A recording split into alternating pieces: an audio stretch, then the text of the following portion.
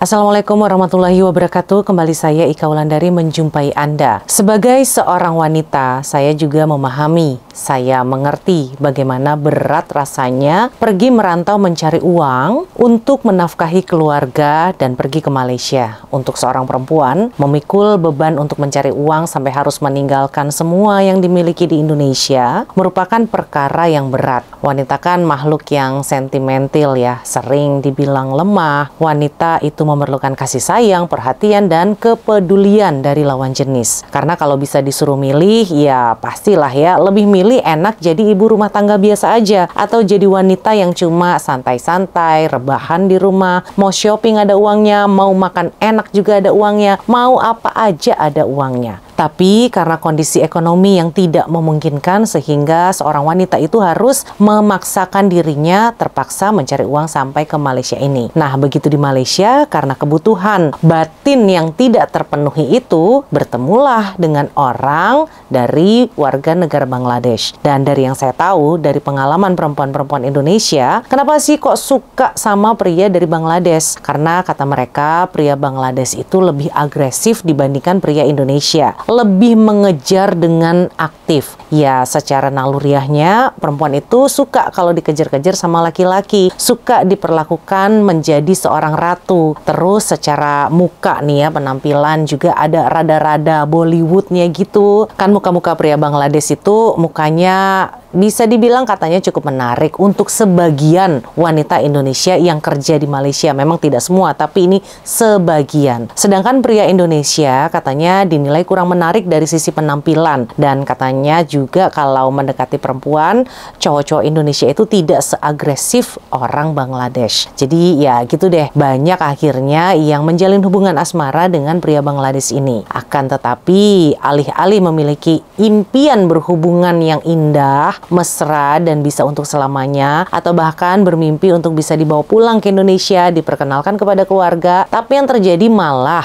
banyak kasus kekerasan yang dialami oleh wanita Indonesia ketika menjalin cinta dengan pria Bangladesh ini. Nah, ini contoh salah satunya yang terbaru. Saya ambil dari harian metro.com.my. Cemburu punca lelaki Bangladesh pukul istri dengan batang mop. Kejadian ini terjadinya di Ampang Jaya. Atas dasar rasa cemburu dan menuduh istrinya mempunyai hubungan dengan lelaki lain, seorang lelaki warga Bangladesh memukuli istrinya dengan batang mop dan alat pengering rambut atau hair dryer di rumah mereka yang berlokasi di Taman Dagang pada hari Senin tanggal 27 Januari yang lalu. Ini kan kok bisa-bisanya ya memukuli, ngebukin perempuan pakai batang kayu gitu. Katanya itu istri kamu, kenapa malah dihajar kayak maling gitu sih? Itu nggak tahu deh otaknya sebagai lelaki itu di mana gitu loh. Lalu kemudian istrinya yang warga negara Indonesia ini berusia 46 tahun. Dia bekerja sebagai tukang cuci, langsung melapor ke Balai Polis dan membuat laporan. Dan ini menurut saya adalah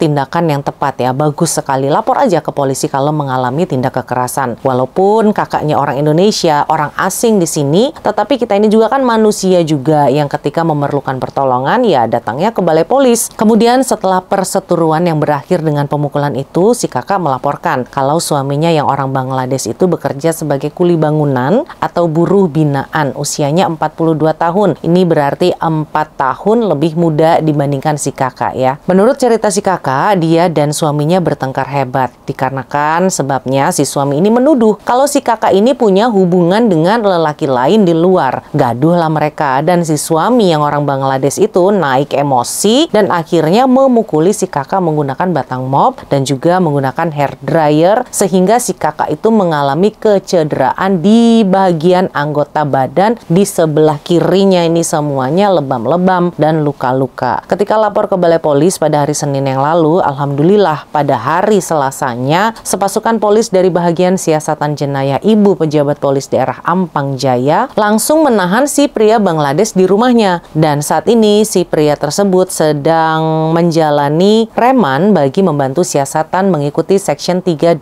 Kanun Keseksaan. Ini keren ya, bapak-bapak polisinya cepat tanggap menangani permasalahan ini. Walaupun saya juga bisa memastikan si kakak dan suaminya ini kenapa bisa sampai menikah di Malaysia. Ya pasti ini nikahnya hanya nikah secara agama saja ya, kan tidak bisa ya dua-duanya adalah pekerja warga asing, tapi mau melakukan pernikahan resmi di Malaysia tentu tidak bisa. Itu baru kasus kecil aja.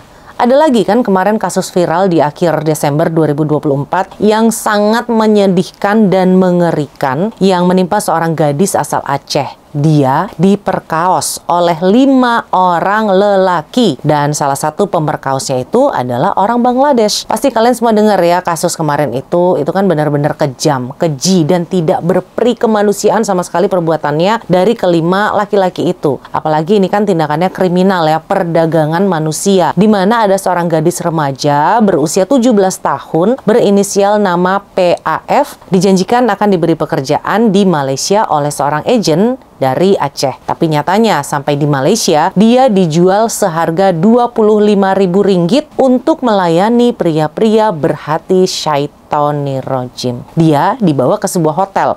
Ini tangannya nih, kedua tangannya dan kakinya diikat sampai dia tidak bisa bergerak dan diperkaoslah secara bergilir dalam satu malam oleh 5 orang lelaki sekaligus. Para pelaku pemberkaosnya ini salah satunya adalah orang Bangladesh, di mana 4 orang lainnya adalah orang Cina, orang India, orang Jepang, dan orang Melayu. Ini saya kurang ngerti nih Melayu apa maksudnya. Ini kan benar-benar ya Allah, kok tega banget gitu loh. Dan kalau 2 contoh masih kurang, ini saya kasih lagi deh 1 contoh terakhir ya. Saya ambil dari Astro Awani. Buruh Bangladesh didakwa menghilangkan nyawa seorang wanita Indonesia. Jadi ada pria warga Bangladesh, dia kerja juga sama lah ya, kuli bangunan di sini. Dia didakwa telah menghilangkan nyawa seorang wanita Indonesia yang ditemukan telah meninggal dunia di sebuah kamar hotel budget 2 minggu yang lalu. Pria kejam ini bernama MD Simul Babu, usianya 23 tahun. Dia mengakui semua perbuatannya di hadapan Magistrate Amira Saryati Zainal. Dan mengikuti pertuduhannya, dia itu didakwa atas satu pertuduhan menghilangkan nyawa seorang warga negara Indonesia bernama Nur Hayati berusia 39 tahun di sebuah kamar hotel di Taman Mawar, Puchong pada jam 10.12 malam. Jadi tanggal 31 Desember yang lalu. Jadi kan ini malam tahun baru ya. Malam tahun baru itu mereka menginap bersama di sebuah hotel. Dan entah alasannya apa tidak diberitahu di medianya. Saya nggak ketemu apa sebabnya. Mungkin mereka bertengkar hebat. Lagi-lagi si pria Bangladesh ini emosi. Sehingga dia tega menghilangkan nyawanya almarhumah. Jasad almarhumah ditemukan oleh pegawai hotel dan langsung melaporkan kasus ini ke polisi. Dan tidak lama kemudian pelaku pun ditemukan dan diseret ke penjara. Pria Bangladesh ini didakwa mengikut Section 302 Kanun Keseksaan dengan ancaman hukumannya adalah digantung sampai metong. Dan sampai saat ini kasusnya masih dalam proses di mahkamah dan nanti tanggal 14 Maret 2025 baru akan ada penetapan vonis hukumannya. Ya semoga saja hukuman yang paling berat ya yang akan diberikan dari hakim kepada si pelaku ini. Jadi moral of the story-nya adalah untuk para wanita-wanita Indonesia, kalian itu hebat. Sudah berani mempertaruhkan segalanya yang ada di Indonesia, semuanya ditinggal untuk merantau jauh,